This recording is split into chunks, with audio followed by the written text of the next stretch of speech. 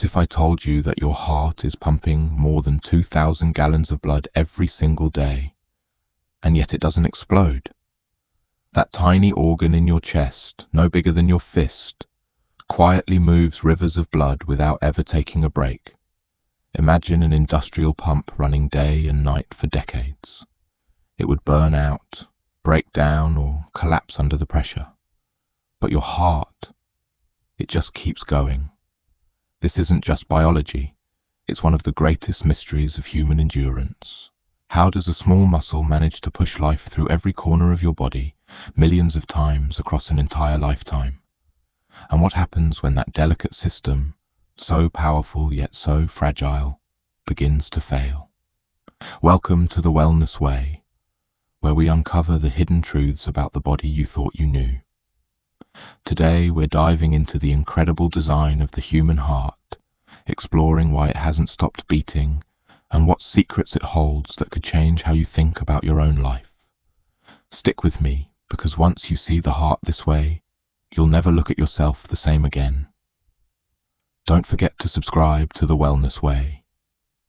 Your support keeps us creating more eye-opening stories that inspire and transform. Have you ever stopped to think about what's happening inside your chest right now? Not just the idea of a heartbeat, but the staggering reality of what that little sound actually represents. Every second, every minute, every hour, your heart is working harder than any machine you've ever seen. And here's the part that shocked me when I first learned it. Your heart pumps over 2,000 gallons of blood every single day. Now pause for a moment and let that number sink in. 2,000 gallons. That's enough to fill a small swimming pool. And it's happening inside of you, not once in a while, not when you ask it to, but all the time, even while you're asleep. If a mechanical pump had to move that much fluid non-stop, it would burn out in a matter of days. Yet, your heart, it just keeps going, day after day, year after year. The more I thought about this, the more it felt almost impossible. How can something no bigger than your fist carry such an enormous workload? How can it withstand the pressure, the repetition, and the sheer force required to keep blood moving to every corner of your body? And why doesn't it just break under that relentless demand? I'll be honest, before I really looked into it, I used to think of the heart in a very simplistic way. To me, it was like a drum keeping rhythm, thumping out beats to keep me alive. But the truth is, it's far more than that. The heart isn't just keeping time, it's orchestrating an entire symphony of movement, pressure, and flow. It's a pump, a regulator, a gatekeeper, and in some ways a miracle of engineering. What's even more mind-bending is that the numbers I gave you, those 2,000 gallons, represent the heart's work at rest. That's the baseline. The moment you get up and start moving, everything changes.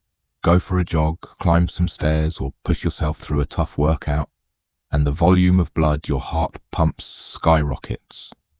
Elite marathon runners, for example, can push their hearts to move as much as 30 to 40 litres of blood every single minute. That's like turning your little fist-sized heart into a fire hose capable of fueling an entire city block. When I first heard that, I couldn't help but wonder, how is this possible?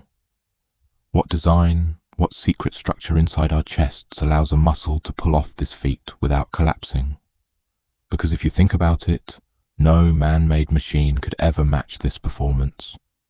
Even the best engines require rest, fuel changes, and maintenance. Your heart, on the other hand, has been beating since before you were born. It started working while you were still in the womb, and it hasn't taken a single break since. And here's the paradox that really struck me. The heart is both the strongest and the most vulnerable organ we have. On the one hand, it carries out this monumental workload day in and day out. On the other, it's incredibly sensitive. A single blockage in one artery, a minor failure in one tiny part of its system, can bring the whole thing crashing down. That contradiction, the strength and the fragility coexisting in one place, is what makes the heart such a fascinating mystery to me. But let's step back for a second and put this into perspective. Imagine you had to run a pump in your basement that pushed water through miles of pipes, 24 hours a day, 7 days a week, no breaks, no pauses, no time off for maintenance. How long would that pump last? Maybe a few years if it was industrial grade, a decade if it was top of the line. But eventually, it would wear out. The seals would leak, the motor would burn, the system would fail. Now look at the human heart. It does this for 70, 80, 90 years. For some people, even over a century, billions of beats, trillions of gallons of blood, and somehow it keeps going. When I think about that, I realize that we don't give enough credit to this little organ. We treat it as background noise, something we only notice when it hurts, races, or stops. But the reality is, it's the most dependable companion we have. From the moment life begins to the final breath we take, the heart is there, doing the work silently, without complaint. That realization also made me ask another uncomfortable question. If the heart is capable of so much, why do so many of us take it for granted? We push it to the limit with stress, poor diet, lack of exercise, smoking, drinking, you name it. We live as if it's indestructible, as if this tiny pump will just keep going no matter what we throw at it. But deep down, we know that's not true. Every skipped workout, every late night binge, every stressful week we push through without rest, it all adds up. And while the heart may be strong, it's not invincible. To me, that's where the shock really hits. The idea that something so powerful is also so delicate, that the very thing keeping me alive at this moment could also be the thing that ends it all in an instant, if I don't take care of it. And that thought forces me to see my heart in a completely new way. Not just as an organ, but as a partner, a responsibility, and maybe even a gift I've been overlooking. When I first began learning about the heart in detail, I thought I'd come away with a clinical understanding. Blood flow, chambers, valves, arteries. But what I actually came away with was awe. Awe that a muscle could perform this tirelessly. Awe that such precision and complexity exist in something so small. Awe that after everything my heart is still beating right now, without me ever asking it to. And maybe that's the biggest paradox of all. We don't have to think about our heart, yet it's the very thing that gives us the ability to think at all. We don't have to consciously control it, yet it's the reason we're here, alive, experiencing this moment. It's hidden away, silent except for the occasional pounding we feel in our chest, but it's also the single most important rhythm in our lives. So when I say the heart pumps 2,000 gallons of blood every day, I don't just mean it as a statistic, I mean it as a reminder that inside of us is the most powerful engine we'll ever know, and at the same time, the most fragile. A reminder that if we don't take care of it, all the gallons in the world won't matter. And above all, a reminder that every single beat is both ordinary and extraordinary. Because without it, there's nothing else. When I think about the heart, I can't help but picture it as more than just an organ.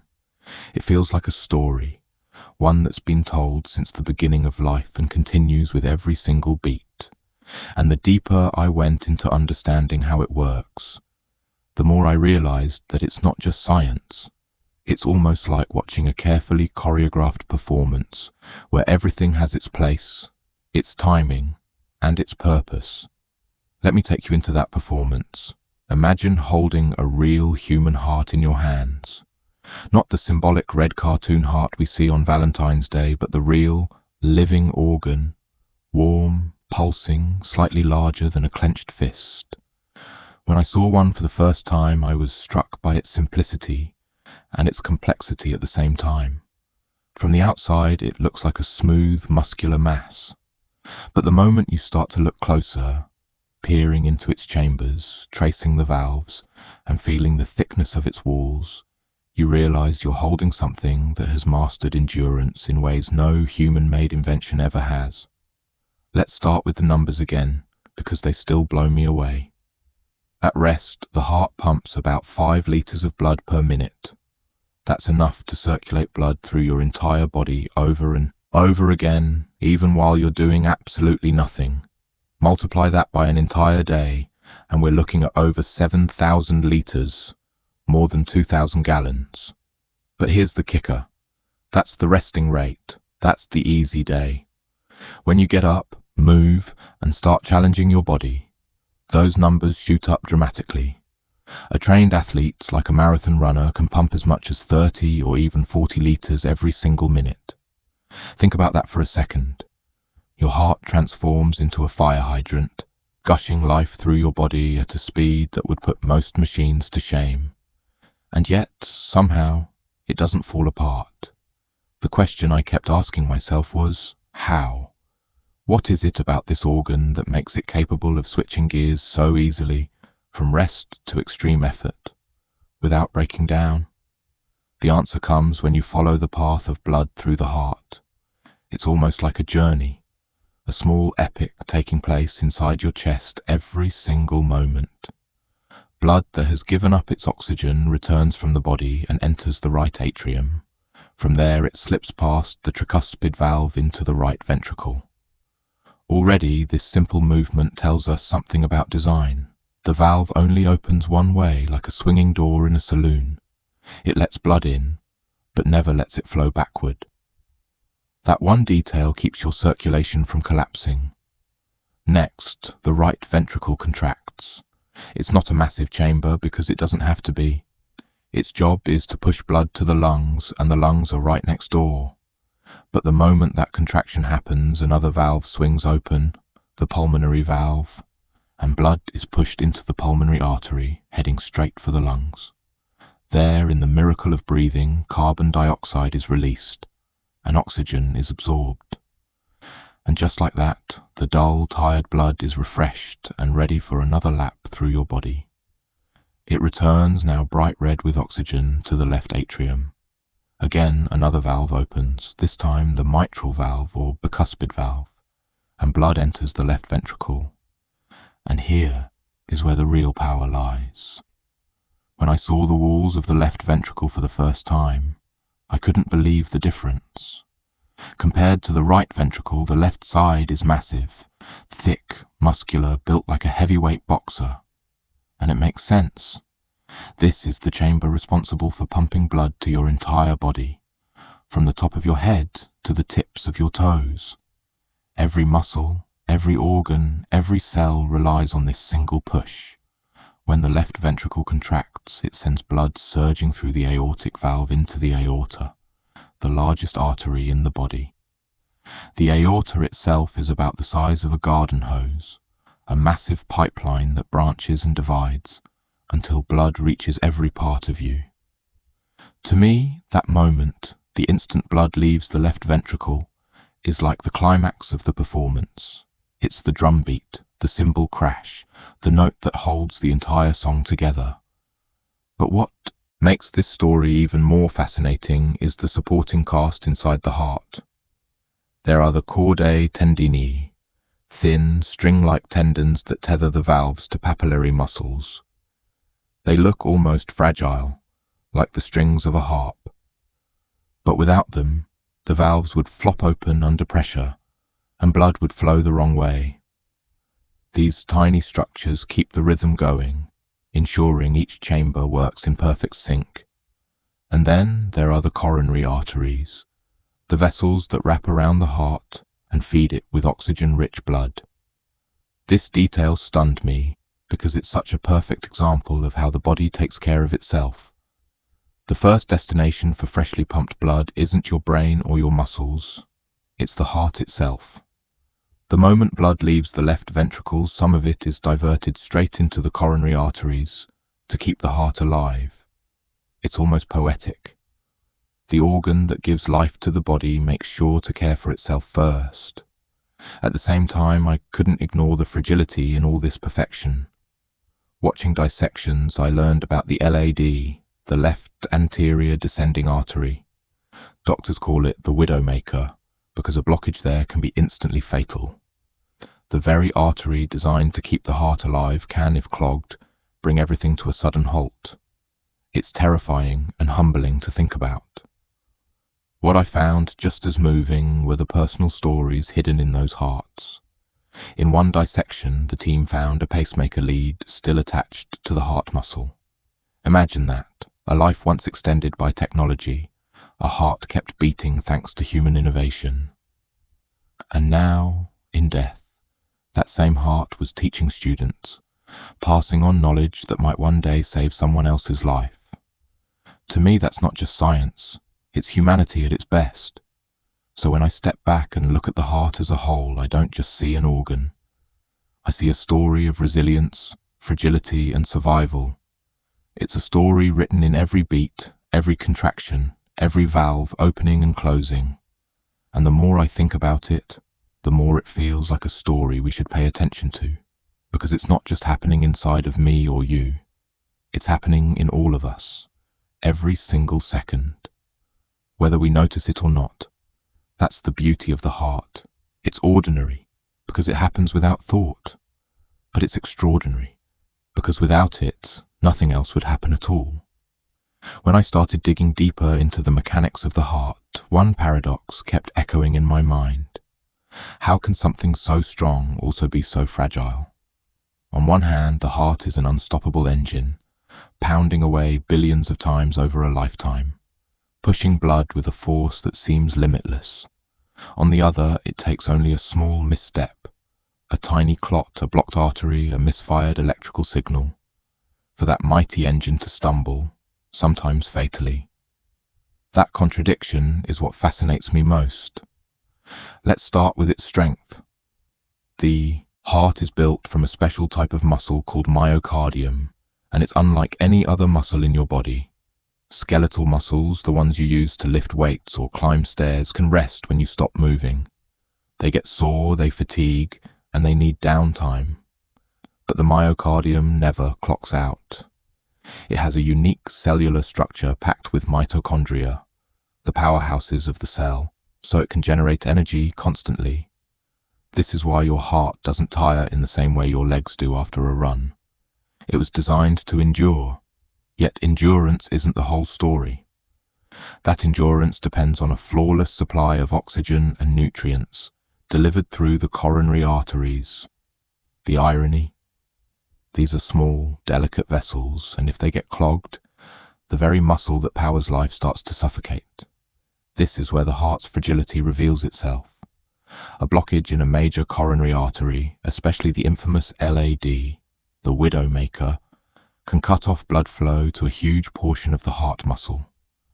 When that happens, the heart tissue begins to die within minutes. The engine that fuels life suddenly turns against itself, and the consequences are often devastating. That's what makes heart disease so haunting. You could be strong, active, and seemingly healthy on the outside, but if one of those arteries silently narrows from plaque buildup, the risk is lurking beneath the surface, and when it strikes, it doesn't always give you a warning. The same heart that pumped loyally for decades can be brought down by something smaller than a grain of rice lodged in the wrong place. When I think about that, it almost feels unfair. How can the most powerful organ in our bodies be undone by something so trivial? But maybe it's not trivial at all. Maybe it's a reminder that power always carries vulnerability, and the two cannot be separated. The heart is proof of that paradox. There's also the electrical side of the story. The heart doesn't just contract randomly, it follows a rhythm, guided by tiny electrical impulses that spark from the sinoatrial node, often called the natural pacemaker.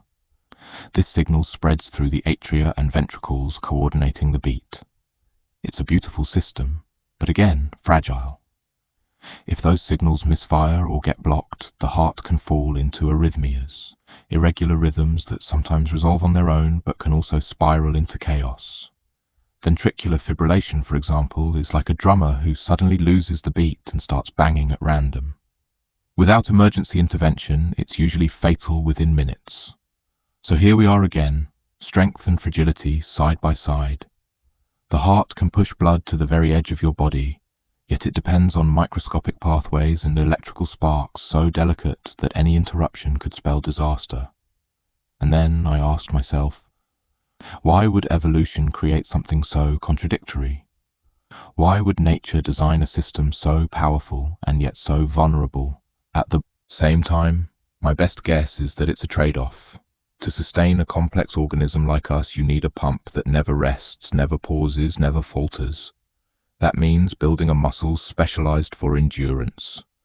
But endurance requires constant fuel and precise timing, which in turn creates weak points, the arteries that supply it, the signals that guide it. In other words, the heart is a masterpiece, but masterpieces always have flaws. This realization hit me hard when I learned about the term silent heart attack. Sometimes the heart is damaged without dramatic chest pain or collapse. People might feel mild discomfort or nothing at all, while heart tissue slowly dies. Imagine that, the strongest pump you own breaking down quietly in the background, and you don't even know until it's too late. It reinforced my belief that strength isn't the absence of weakness. It's the ability to keep going despite it. At the same time, this fragility isn't necessarily a flaw. It's also an opportunity. It forces us to take responsibility. If the heart were indestructible, we'd ignore it. But because it can be broken, we're reminded to care for it. Through exercise, diet, stress management, and regular checkups. The heart's vulnerability is the reason we value its resilience. Without that balance, we wouldn't respect it as much. I remember the first time I saw an actual coronary artery dissected open, with visible plaque buildup narrowing its passage. It was shocking to realize that this small, pale blockage was the difference between life and death. And yet, it also gave me hope. Because blockages aren't random. They're often the result of years of lifestyle choices, genetics, and environment, which means we're not powerless. We can't change everything, but we can tilt the odds. That's the other paradox of the heart. It's both out of our control and within our control. We don't decide when it beats or how fast, but we do decide what we eat, how much we move, how we manage stress. Every decision either helps the heart endure or pushes it closer to its breaking point. So when I think about the heart's strength and fragility, I don't just see a medical truth. I see a metaphor for life itself. We're all strong in some ways and fragile in others. We can endure incredible pressure, but we can also break suddenly from small, unseen cracks. And maybe that's what makes us human. Our strength isn't about being unbreakable. It's about learning to protect what's vulnerable while celebrating what's powerful. The heart, in that sense, is our greatest teacher. It shows us that power without care is dangerous, and fragility without resilience is fatal. But when the two work together, you get something extraordinary. A muscle that beats for decades, moving oceans of blood, keeping you alive through every moment of joy, pain, triumph, and defeat. And every time I feel that steady pulse in my chest, I'm reminded, strength and fragility aren't opposites. They're partners. And the heart is living proof. After everything I've learned about the heart, one truth keeps echoing in my mind. This small organ inside our chest is both the most powerful and the most vulnerable part of us. It pumps with a strength that seems limitless, yet it can falter from the smallest disruption. And that paradox is what makes the heart such a profound teacher for life itself. When I think about my own heart, I realize it has been working tirelessly for me since before I even knew what life was. It started beating before I was born, and it hasn't stopped once. Not when I slept through long nights, not when I pushed myself through exhausting days, not when I forgot to take care of it. It has carried me without complaint. That realization fills me with gratitude, but also with a sense of responsibility. Because if the heart is willing to give me everything, the least I can do is protect it. The biggest lesson I take away is this. Endurance doesn't mean invincibility. The heart is a living reminder that strength must be nurtured, that resilience must be supported, Just like arteries can narrow silently over years, our choices accumulate silently too. Every meal, every walk, every moment of stress or rest, it all adds up. And while none of us can control the ultimate fate of our heart, we can influence its journey. We can give it the best chance to keep going for as long as possible. For me, that means being more intentional, moving my body regularly, not just for appearance, but for circulation, choosing foods that nourish instead of burden, taking time to breathe when stress threatens to overwhelm, and most importantly, remembering that my heart is not just a machine. It's the rhythm that makes every experience possible. Protecting it means protecting everything I love in life. On a deeper level, I also see the heart as a metaphor. It teaches us that being strong doesn't mean being unbreakable. True strength is about balance, knowing where we are powerful and where we are fragile.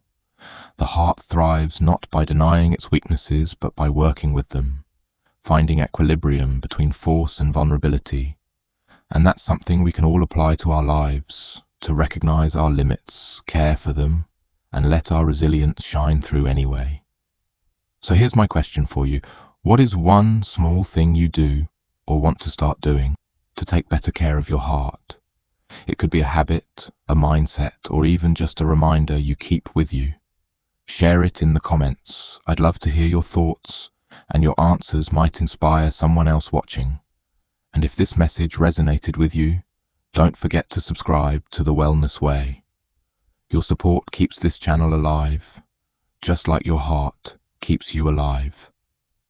Together, we'll continue exploring the wonders of the human body and uncovering lessons that help us live fuller, healthier lives.